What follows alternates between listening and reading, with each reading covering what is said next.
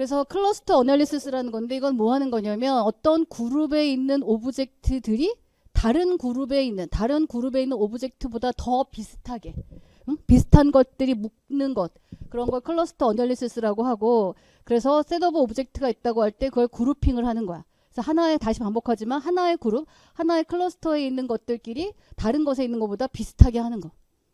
그래서 데이터가 쫙 이거는 그래서 슈퍼바이즈 러닝 이건 언슈퍼바이즈 러닝이죠. 아무런 카테고리 분류가 되어 있지 않은 그냥 처음 보는 데이터를 가지고 그 데이터에 비슷한 것들끼리 묶는 작업을 하는 거예요. 근데 그래서 이거는 어떤 데이터를 탐색하는 용도로 쓰고요. 슈퍼바이즈 러닝을 하기에 앞서서 데이터를 이해하는 방법으로 사용을 합니다. 자 봅시다. 이렇게 막 공들이 섞여 있어요. 공들이 섞여 있는데 여기에 두 개의 통을 주고 비슷한 것들끼리 묶으라고 시켰어. 어떻게 할까? 나라면 어떻게 할까? 어떻게 할까? 어떻게 할 것 같아? 색깔별로 어떻게?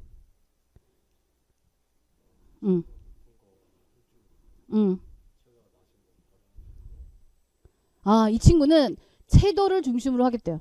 그러니까 진한 색깔인 거 같은 쪽에 묶고 색깔이 옅은 거를 한쪽에 굿 아이디어. 재밌는 아이디어야. 또 어떻게 할 것 같아?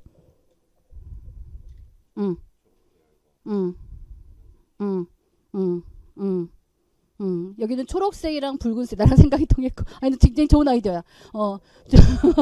자 그런데 결국 뭘 한 거예요? 어떻게든 채도가 짙은 거와 옅은 거로 구분을 하든 빨간 계열과 초록 계열로 구분을 하든 이렇게 구분을 했어요. 어떻게 한 거죠? 채도가 짙다는 특징, 그치? 채도가 옅다는 특징, 그 다음에 색깔이 초록 계열이라는 특징, 붉은 계열이라는 특징, 그 특징에 부합하는 애들끼리 묶은 거예요. 어떤 공통된 특징을 가진 애들을 묶은 건데, 자 결국 클러스터가 있다라고 치면 어떤 데이터가 있는데 그들이 어떤 유사한 것들을 이렇게 묶을 수 있다라고 하면 그 유사한 것들이 갖는 공통적인 특징이 있을 것이다. 그죠? 그러니까 그 특징을 찾아내서 그 특징이 같은 것들끼리 특징이 비슷한 것들끼리 묶어서 우리가 그룹을 짓겠죠. 자 어떻게 할까? 나 레고 블럭이 잔뜩 있습니다. 레고 블럭이 있는데 이거를 세 개의 통으로 분류해라. 응? 라고 분류하라고 시켰어요.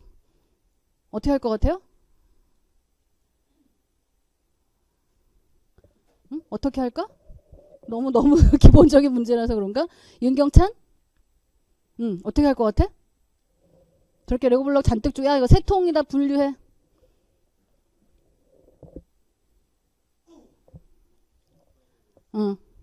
오케이 여기 색깔별로 할 것 같아요.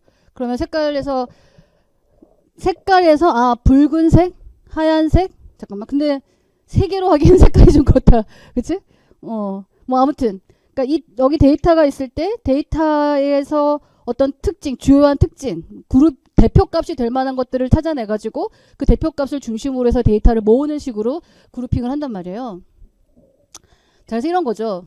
어떤 클러스터가 존재한다고 치자. 그러면 그 클러스터를 대표하는 어떤 대표값이 존재할 것이고 그 대표값과 개별 데이터, 어떤 의미의 데이터, 나 입장에서 봤을 때 클러스터가 존재한다라고 하면 그 클러스터의 대표값, 클러스터를 대표하는 어떤 값이 존재할 거고 그런 개별 데이터가 그 대표값과 가까운 그치? 그런 것들끼리 모여서 클러스터가 되지 않을까? 나와 가장 유사한 대표값이 있는 그 클러스터에 내가 속하지 않을까? 그죠? 여학생과 남학생으로 구분한다고 치면 막 학생들이 섞여 있는데 거기에 여학생, 남학생으로 갈린다고 치면 여학생이 갖는 공통적인 특징, 남학생이 갖는 공통적인 특징으로 해서 분류를 하겠죠. 자 그렇다면 클러스터를 설명할 수 있는 이 클러스터를 대표할 수 있는 어떤 대표값을 찾아내고 그 대표값에 대해서 대표값을 기준으로 데이터들을 분류해야 될 건데 그렇다면 어떤 클러스터 데이터의 모임이 있다고 할 때 그 클러스터를 대표할 수 있는 대표값에 어떤 것이 있을까요? RGB?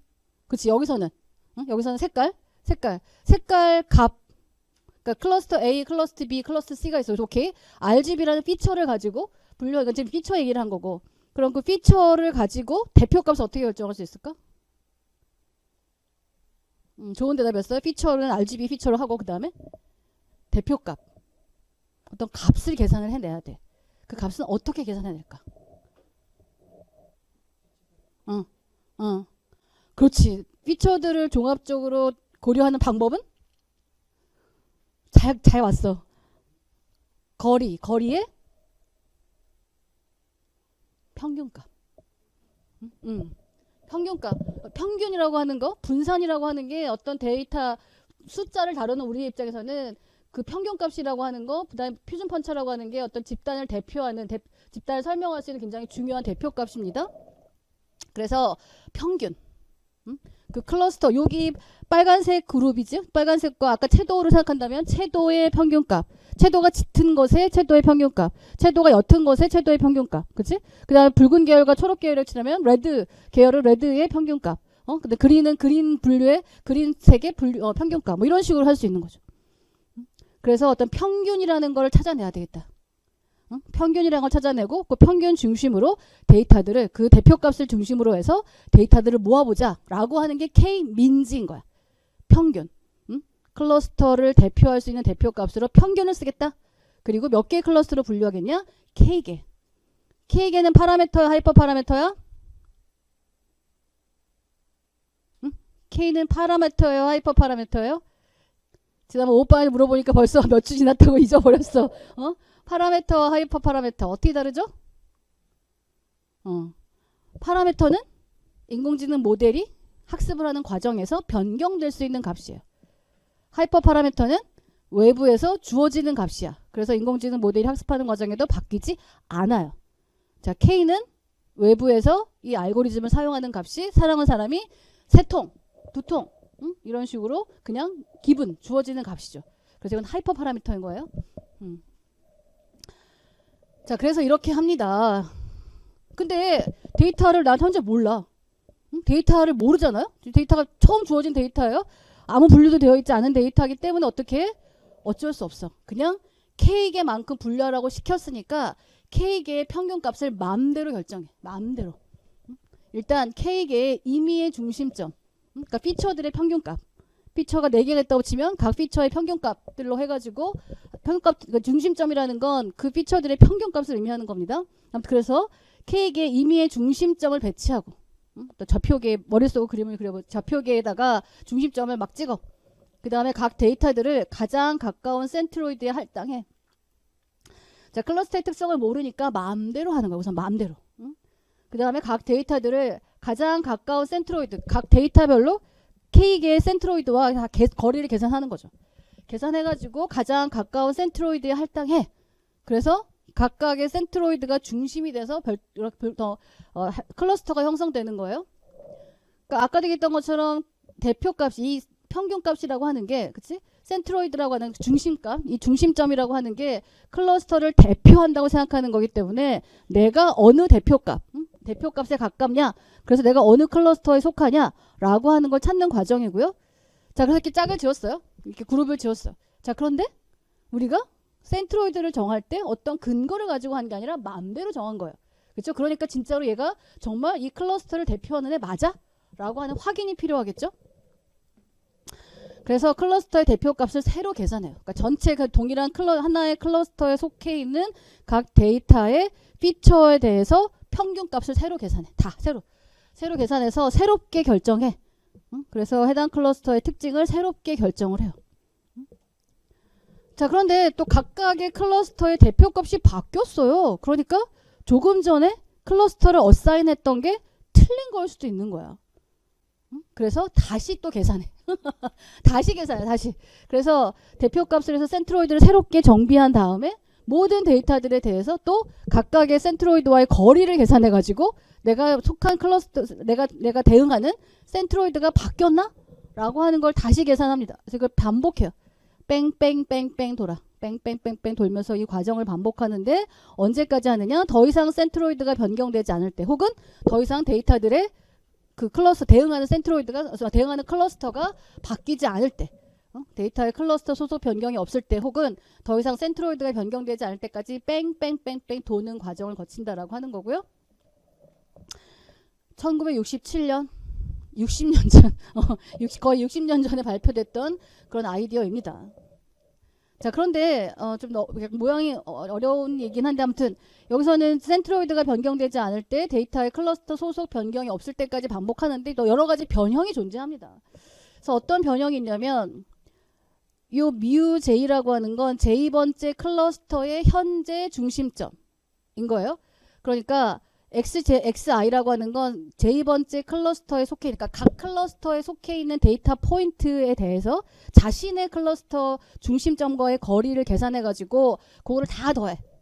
다 더해서 그게 최소화될 때까지 계속 센트로이드를 새로 계산하는 방법이 있고, 혹은 스레시홀드를 정해 가지고 계속 최소값이 최소값인지 알려면 어떻게 해야 돼요?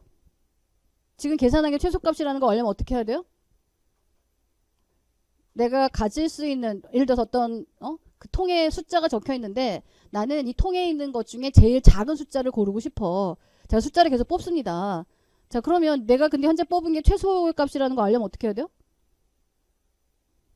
계속 해봐야 돼요. 그러니까 이게 좀 문제가 있죠, 그렇죠? 그래서 어떤 스레시홀드를 정해놓고 그 값보다 작아질 때까지만 반복하는.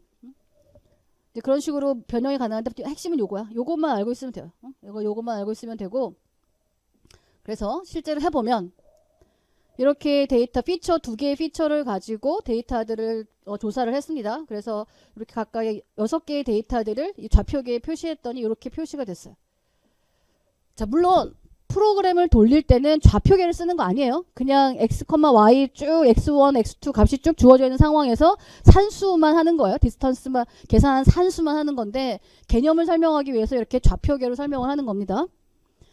자, 그래서 이렇게 점이 찍혀 있는 상황에서 아무데나 찍어가지고 중심점을 3개의 클러스터를 결정할 거기 때문에 클러스터 1에 해당하는 중심점 C1, 클러스터 2에 해당하는 중심점 C2, 클러스터 3에 해당하는 중심점 C3, 이런 식으로 임의의 값을 찍어. 자, 임의의 값을 찍어가지고 그 다음에 어떻게 하냐면 각각의 포인트에 대해서, 이 첫 번째 포인트에 대해서 C1까지의 거리, C2까지의 거리, C3까지의 거리를 계산하고, 2번도 마찬가지. C1까지의 거리, C2까지의 거리, C3까지의 거리를 모든 데이터에 대해서 다 계산을 한 다음에, 그래서 어디가 가장 가깝니? 어느 클러스터에 해당하는 센트로이드와 가깝니? 라고 했더니 1, 2는 클러스터 1에 해당하는 그 C1과 그 중심 센트로이드에 가깝고, 그 다음에 3, 4는 세 번째 클러스터에 어사인된 그거에 대응하는 센트로이드에 가깝고, 이런 식으로 해서 이렇게 너는 클러스터 1, 너는 클러스터 2, 너는 클러스터 3, 이런 식으로 카테고라이즈를 하고. 근데 아까 얘기했던 것처럼 C1과 C2와 C3는 마음대로 찍은 거기 때문에 정말 저게 클러스터를 진짜로 대표하는 거 맞아? 대표값이 맞아? 확인을 해야 돼요. 확인을 해야 되니까 새로 계산해. 그래서 여기 x1, x2, 요 x, x2의 평균값, 평균값으로 새롭게 센트로이드를 결정한다는 거죠. 중심점을 새로 계산해. 새로 계산해가지고, 자, 그렇게 해놓고 나서 근데 이제 우린 그림이 너무 자명해요. 자명해서 더 이상 바뀔 게 없는데, 컴퓨터는 이 그림을 보고 하는 게 아니라 그냥 숫자만 갖고 하는 거니까 한 번 더 확인해야 돼.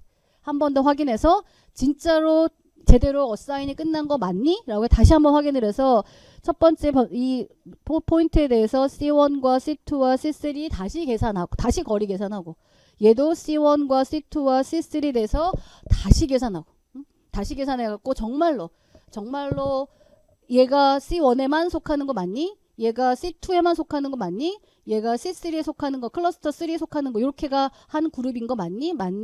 라고 하는 확인 과정을 거쳐서 더 이상 변화가 없으면, 더 이상 센트로이드가 안 바뀌고 더 이상 소속이 바뀔 게 없으면, 6번은 C2와 가깝지 C1, C3는 너무 멀어요. 그래서 자기가 속한 클러스터가 안 바뀌어. 이제 그러면 게임 끝 하고 알고리즘이 종료된다라고 하는 겁니다. 오케이? 개념 자체는 뭐 어렵지 않아요. 그쵸? 산수성 해소하면 되겠네? 응? 손예은?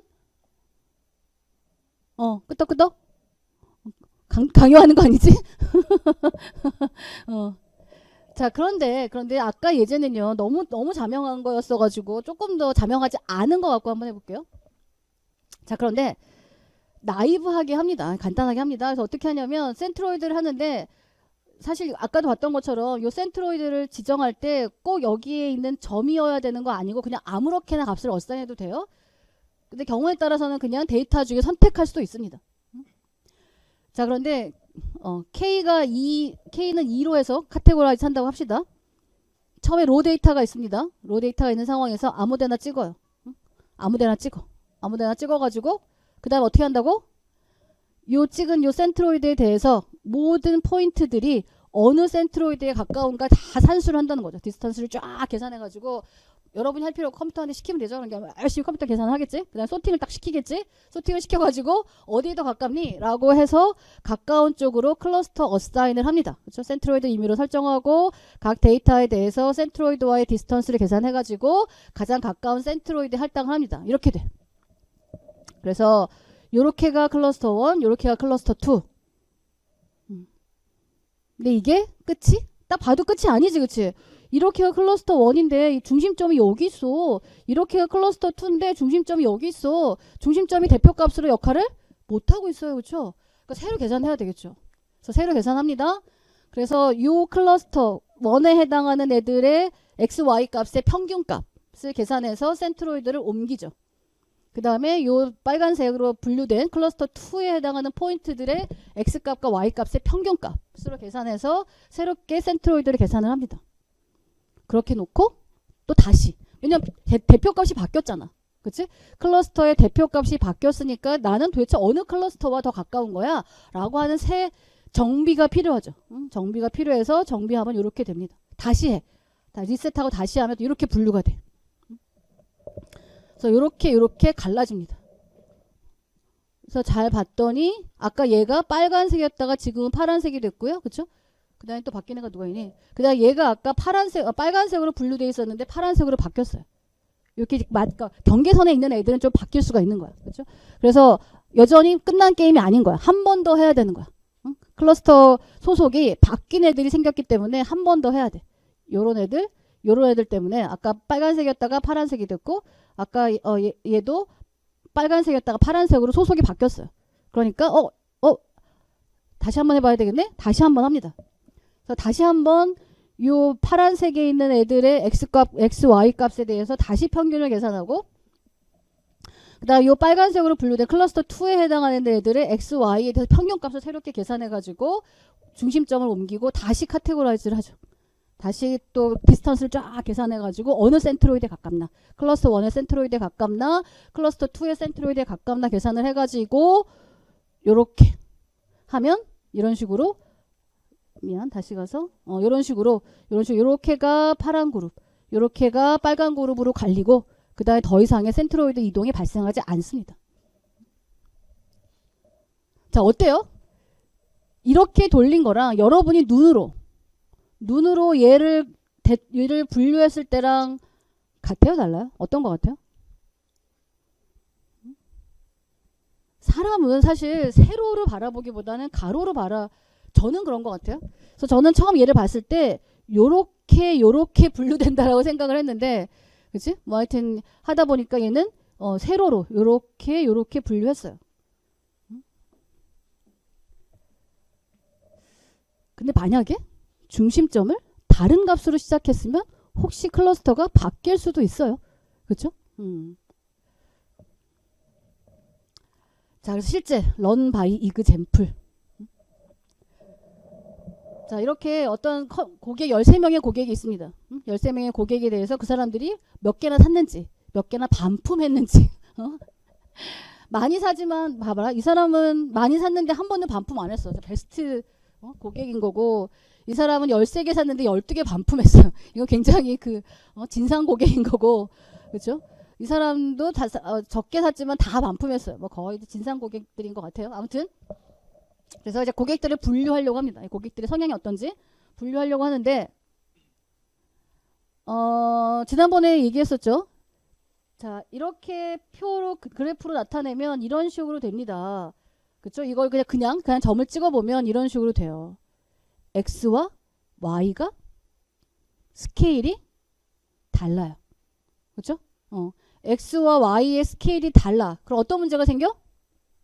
거리로 계산하기 때문에, 그치? 숫자로 계산하기 때문에 스케일이 큰 쪽의 차이가 도미넌트, 그 거리를 계산하는데 영향을 끼쳐버려가지고 사실은 비율로 따지면 별 차이가 아니지만 숫자가 100이 돼버리고 1과 100의 차이면 100이 그냥 값을 결정해버리는 거잖아요. 그죠? 그래서 거리 계산할 때 스케일이 큰 쪽이 의사결정을 좌우해버려서 엉뚱한 결정을 하게 합니다. 그렇기 때문에 이를 어떻게 해야 돼? 똑같은 스케일로 바꿔야 돼. 그치? 그래서 지난번에 어떻게 했어? G스코어라는 걸 해가지고 분산 표준편차 분의 X 빼기 평균값 뭐 이런 식으로 했었고요. 이런 방법도 가능합니다. 그러니까 맥스분의 XI 혹은 맥스분의 맥스 빼기 XI 뭐 이런 식으로 다 가능합니다. 그러니까 노멀라이제이션이라는 게 한 가지 방법으로 하는 게 아니라 여러 가지로 해서 아무튼 스케일이 0과 1 사이의 값으로 통일되게 하는 거 중요한 거예요.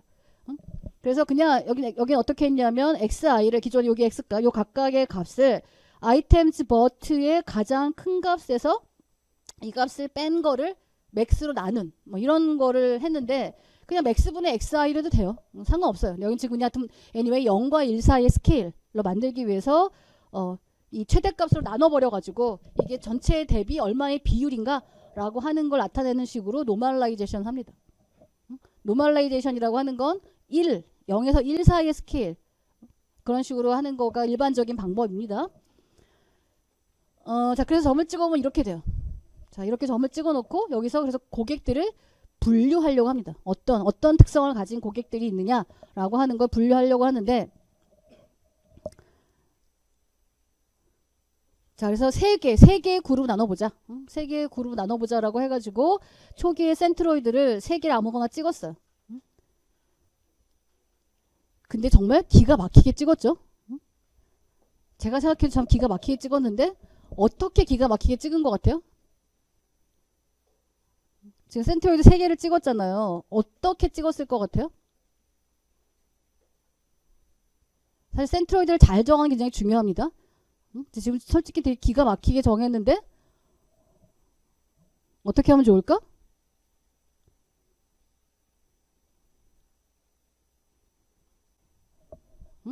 자, 3개의 그룹으로 정리할 거고 3개의 그룹 안에 각 그룹의 데이터들은 비슷한 값들을 갖고 있을 거잖아요. 그죠? 그럼 3개의 그룹 나누려면 어떤 기준으로 하면 좋을 것 같냐면 X를 3등분해서 그치? X가 가질 수 있는 값의 3등분 Y가 가질 수 있는 값의 3등분 그렇게 해서 평균값을 찾아가지고 전체 데이터는 있는 거니까 전체 데이터에서 그렇게 그룹핑을 해가지고 3분의 1 해당하는 지점들을 택하는 식으로 하면 시작하기가 훨씬 수월합니다. 덜 많이 돌리지 않아도 찾아갈 수 있는 거죠. 그래서 아무튼 그런 식으로 해서 이렇게 3개의 점을 찍었고요. 3개의 점을 찍어가지고 각각의 점에 대해서 이제 계산을 합니다. 그래서 요 C1과의 거리를 계산하고 C2와의 거리를 계산하고 C3와의 거리를 계산을 했더니 이렇게 카테고리가 됐어요. 그래서 C1과 C2와 C3가 이렇게 카테고리가 되고 뭐 얼추 되게 잘 된 것 같은데 그치? 하여튼 처음 점을 잘 찍었기 때문에 별 차이 없이 갈 수 있을 것 같습니다. 자, anyway 임의로 찍은 점이었기 때문에 새로 계산을 해야 돼요. 그래서 새로 계산하면 이렇게 점이 나옵니다. 이렇게 점이 나오고 그래서 다시 계산을 했더니 사실 바뀔 게 없어. 처음에 점을 잘 찍었기 때문에. 그래서 C1, C2, C3 다시 카테고리가 되고 더 이상 바뀌지 않아요. 그렇죠? 각각의 노드의 소속이 바뀌지 않기 때문에 그냥 이렇게 정리를 하면 됩니다. 자, 그런데 잘못 정하면 어떤 일이 발생할까? 자, 예를 들어서 똑같은 데이터예요. 똑같은 데이터인데 에이 몰라 귀찮아. 그래서 중심점을 이렇게 0,0, 1,1, 0.5, 0.5 이런 식으로 정했어요. 어떤 일이 발생할 것 같아요? 눈으로 그냥 느껴놓죠? 눈으로 봐도 클러스터 1 C1 그러니까 클러스터 1에 해당하는 센트로이드 여기다 잡아놨는데 클러스터 1에 속할 노드가 없어요. 진짜 없어요. 이렇게 나와요. 실제로 엑셀 돌려보면 이렇게 나옵니다.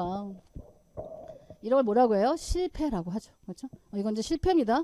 그래서 센트로이드를 잘 정하는 게 아까도 얘기했던 것처럼 3개의 그룹을 할 거라고 치면 3개의 중심점이 될 수 전체 각 피처의 평균 이렇게 소팅을 해가지고 3분의 1 지점에 해당하는 것들을 잘 골라서 선정을 하면 훨씬 수월하게 할 수 있죠. 여러분이 할 필요 없어요. 컴퓨터한테 시키면 돼요. 그렇죠? 쭉 소팅해가지고 하라고 프로그램 짜서 시키면 되니까. 하여튼 그래서 중요한 건 센트로이드를 잘 결정해야 된다. 그래야지 알고리즘이 쓸데없이 오래 걸리지 않고, 혹은 이거면 실패야 다시 해야 돼. 그럼 또 센트로이드 새로 설정해야 돼. 이렇게 돌릴 일이 없겠죠. 자, 그럼 질문. K는 어떻게 결정하지? KNN 또 마찬가지겠죠. KNN도 K라는 거 어떻게 결정하냐에 따라서 완전히 의사결정이 달라지고, 그래서 디스턴스에 웨이트 매기는 이런 것들 했던 거잖아요. 자, 그러면 K민즈도 마찬가지죠. 그룹을 몇 개를 정하는 게 좋을까? 사실 냉정하게 얘기하면 비슷한 것들끼리 묶는다고 했잖아요. 최악은 데이터 개수만큼 K를 정해도 돼요. 그쵸? 최악은 어차피 각각 개별 데이터가 자기만의 특징을 갖는 거니까 그냥 K는 N 해도 돼. 근데 그게 무슨 분류야? 클러스터의 의미가 없잖아. 그렇지? 자, 그러면 어떤 데이터가 있다고 할 때 그들을 그룹핑한다고 하면 그룹핑하는 거에 그 그룹의 최적화된 값은 얼마일까? 라는 게 고민이 되겠지. 그치? 아, 어차피 통이 3개밖에 없어. 3개만 분류해. 나 이거 뭐 티켓 나눠줄 건데 그룹 이 티켓 수가 10개밖에 안 되니 10그룹으로 나눠. 뭐 이럴 수 있는데 우리는 그렇게 하려는 거 아니고 정말 데이터의 특징을 잘 추출하고 데이터를 잘 분류하고 싶은 거니까. 자, 그래서 K 값을 결정한 것도 굉장히 중요합니다. 그쵸? 그럼 K 값을 어떻게 결정해야 될까? K 값을 어떻게 결정해야 될까? 그룹을, 클러스터를 만든다고 하는데 클러스터의 개수를 어떻게 결정하는 게, 어떤 값으로 하는 게 바람직할까? 굉장히 중요한 문제죠. 그렇죠?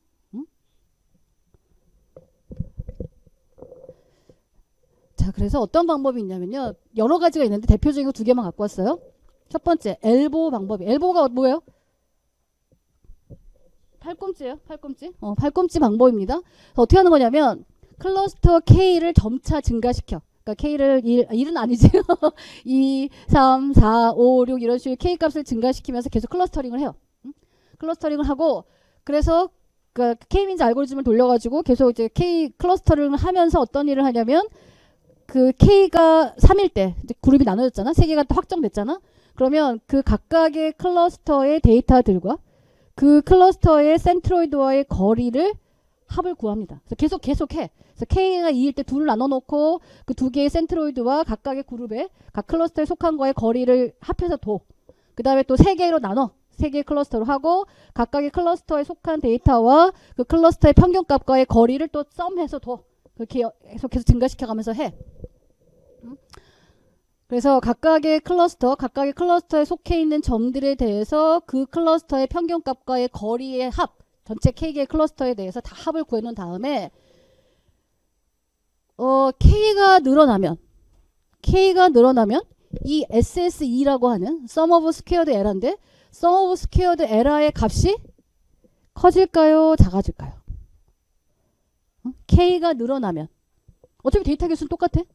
데이터 개수는 똑같기 때문에 똑같은 상황에서 K가 늘어나면 클러스터의 개수가 늘어나면 저 SSE 스탠다드 Sum of Squared Error라고 하는 그 각각의 데이터와 그 클러스터의 평균값과의 거리의 합이 커질까 작아질까? 작아지겠지. 그렇지? 왜냐면 점점 그 중심점이 더 많아지니까 다 나와 점점 더 가까운 것들이랑 거리를 계산하게 될 거잖아요. 그렇죠? 이 값이 작아질 겁니다. 그래서 어떻게 하느냐? SS의 값이 K가 증가하면 당연히 SS의 값이 감소할 건데 그 감소하는 효과가 극명한 선에서 끝내는 거지. 늘리면 K 클러스터를 개수를 늘리면 점점 더 비슷한 애들끼리 모일 텐데 노력이 낭비잖아. 그러니까 효과 그렇게 클러스터링 하는 거에 효과가 별로 없어지는 지점에서 딱 끊는다는 거죠. 자, 그 다음에 이제 그게 엘보 방법이라고 하는 거고요. 실루엣 어널리시스라고 하는 건 이건 굉장히 계산이 많이 필요한 건데 데이터 포인트 i와 데이터 포인트 i와 같은 클러스터 내의 모든 나머지 데이터 간의 거리를 계산해. 그게 AI야. 나와 나 동일한 클러스터에 속해 있는 나머지 데이터들과의 거리가 AI고요. 그 다음에 나와 다른 클러스터, 내가 속해 있지 않은 다른 클러스터 중에서 내가 가장 가까운 클러스터가 있겠죠. 그 클러스터 내에 내가 속해 있는 클러스터가 아니지만 나랑 가장 가까운 클러스터에 속해 있는 모든 나머지 데이터 포인트들 간의 거리의 평균을 계산해. 그게 B야. 그래서 내 클러스터에 속해 있는 다른 포인트들 간의 거리의 평균값 AI, 내가 같은 클러스터는 아니지만 나랑 인접한, 나랑 가장 가까이 있는 클러스터에 속해 있는 포인트와의 거리의 평균값이 B야. AI가 더 커야 돼? BI가 더 커야 돼? BI가 당연히 커야죠. 그렇죠? 아니 내가 속해 있는 클러스터의 거리랑 내가 속하지 않은 다른 클러스터에 있는 모두의 데이터와의 거리랑 같은 클러스터에 있는 애들끼리 비슷하다고 정의한 건데 당연히 AI가 커야지. 그치? 아니 BI가 더 커야지. 그래서 그런 코에피션트라고 하는 걸 계산을 해가지고요. 그거의 평균값을 구해서 코에피션트, 그러니까 결국 이 값이 어떻게 되는 거? 다른 클러스터에 속해 있는 데이터와의 거리보다 내 클러스터에 속해 있는 거리의 값이 큰 게 극명한, 큰 게 극명할 수 있는 K 값을 한다 이런 겁니다. 그냥 알고만 계세요. 아 이런 방법이 있구나. K를 마음대로 하는 게 아니구나. K를 그냥 아무렇게나 점 찍듯이 찍는 게 아니고 이런 분석을 통해서 하는 거구나 라고 하는 것만 알고 있으면 됩니다. 그래서 이런 거예요. K에 당연히 클러스터의 개수를 늘려가면요. SSE는 감소합니다. 그래서 이렇게 뚝 떨어져, 뚝 떨어지고, 뚝 떨어지고, 그러니까 뚝 떨어지고, 뚝 떨어지고, 뚝 떨어지고 이렇게 클러스터를 늘려가는 게 별로 SSE 감소하지만 효과가 크지 않아? 그러면 효과가 극명하게 갈리는 여기서 딱 끊어서 그래 K는 3 여기는 3개 정도로 분류하는 게 좋겠구나 라고 하는 거고 이거는 이제 그 슬랙 코에피션트인데 얘 같은 경우에는 그렇죠? 요 데이터 각각의 데이터들마다 자기 클러스터 속해 있는 데이터들과의 거리와 다른 클러스터 자기랑 가장 가까운 다른 클러스터에 있는 데이터 포인트들과의 거리를 계산하는 게 코에피션트인 겁니다. 50개의 데이터가 있는데 그 데이터들에 대해서 쭉 다 계산을 한 거예요. 그래서 이 값이 크면 좋은 거야. 그러니까 분류가 잘 된 거야. 그래서 내가 속해 있는 클러스터의 데이터와 가깝고 다른 클러스터에 속해 있는 데이터와는 거리가 먼 거니까 잘 된 거예요. 아무튼 이런 식의 분석을 통해서 한다.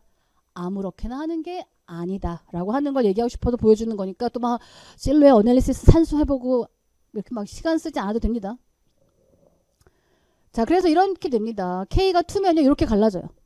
K가 2면 이렇게 갈라지고요. 그 다음에 K가 3면 아까 했던 것처럼 이렇게 갈라지고요. K가 4면 이렇게 갈라져요. 눈으로 딱 봐도 알죠. 그렇죠? 사실 우리가 처음 딱 눈으로 보면 4개네. 이렇게 한 4개쯤 갈라지겠다라고 느꼈을 거예요. 그래서 근데 그래서 4개까지 분류를 하면 이런 식으로 갈라집니다. 이렇게 2개 할 때는 이렇게 그룹핑이 되고 3개로 하면 이렇게 그룹핑이 되고 4개로 하면 제가 다 돌려본 거예요. 자 그룹핑이 됩니다. 그래서 이걸 가지고 SSE를 계산을 하면 제가 다 해본 겁니다. SSE를 계산을 해보면 여기서 보는 것처럼 K가 2일 때보다 3일 때 급격하게 감소해요. 그러다가 K가 2에서 3으로 갈 때 감소하지만 효과가 밋밋해. 그러면 그렇게 굳이 할 필요 없어. 그냥 3으로만 3개로만 분류해도 이 그룹은 이 데이터는 충분히 유의미하게 비슷한 애들끼리 그러니까 충분히 유의미하게 다른 애들로 분류를 했다라고 할 수 있는 겁니다. 그러니까 해도 되는데 4로 가도 되는데 굳이 그럴 필요 없어 라고 하는 거죠. 그래서 K민즈 플러스라는 게 있습니다. 그래서 이거 어떻게 하는 거냐 적어도 알고리즘을 돌렸을 때 비교적 일관성 있는 결과가 나오게 하기 위한 거예요. 이게 베스트라기보다는 일관성 있는 게 나올 수 있도록 제안을 한 겁니다.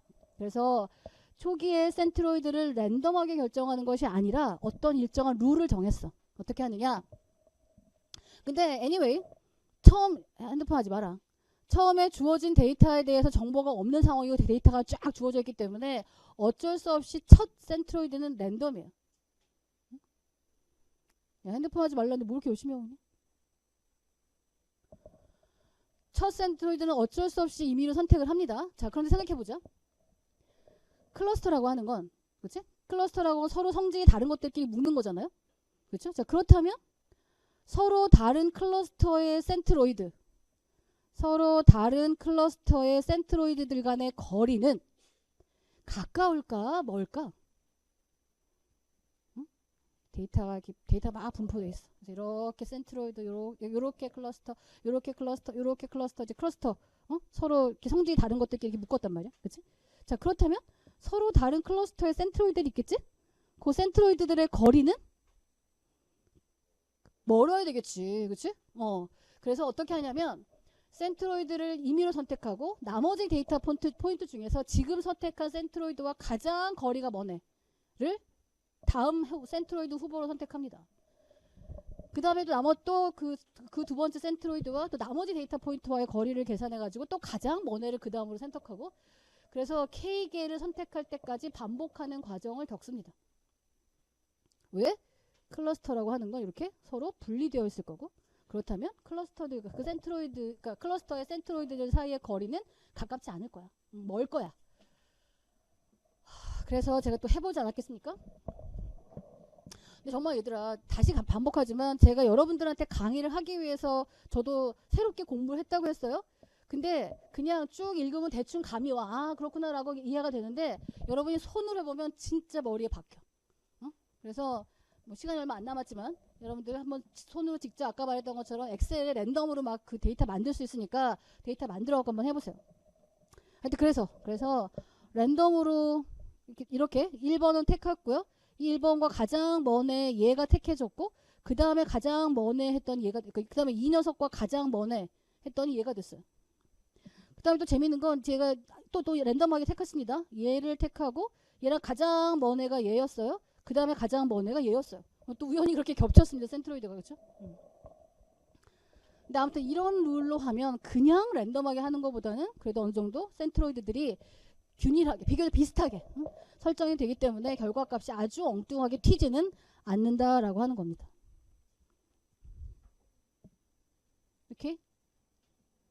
그렇구나. 그렇구나. 자, 그 다음에요. 여러분들 클러스터링이 이렇게 간단하지 않아요. 데이터가 얼마나 다양하겠습니까? 그래서 이거 여러분 그냥 이런 게 있구나. 남들 놀고 있지 않구나. 연구하는 사람들 정말 끊임없이 연구하고 있구나 라고 하는 거. 그래서 클러스터링 기법이 K민즈나 K민즈 플러스에서 끝난 게 아니고 좀 더 정교하고 좀 더 정확하게 클러스터링 하기 위한 여러 가지 연구들이 존재한다. 그래서 밀도, 그냥 단순히 거리만 보는 게 아니라 밀도를 봐가지고 밀집한 곳이 하나의 클러스터의 가능성이 높잖아요. 그렇죠?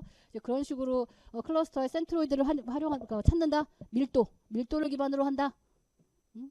그 다음에 또 데이터가 어떤 가우시안은 정규분포예요. 정규분포여서 각각의 데이터들이 어떤 평균값을 중심으로 해서 이렇게 어떤 값들을 중심으로 많이 그러니까 어떤 데이터들이 데이터의 특성을 가정하는 거죠. 그래서 데이터들이 요 값을 중심으로 이렇게 이건 빈도야, 빈도. 확률이거나 빈도거나.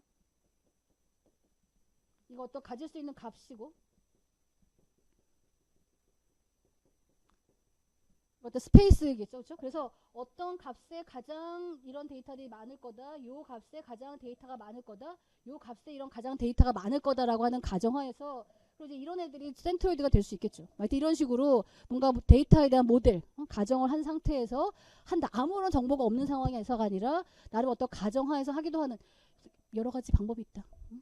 그냥 이것만 알고 있으면 돼.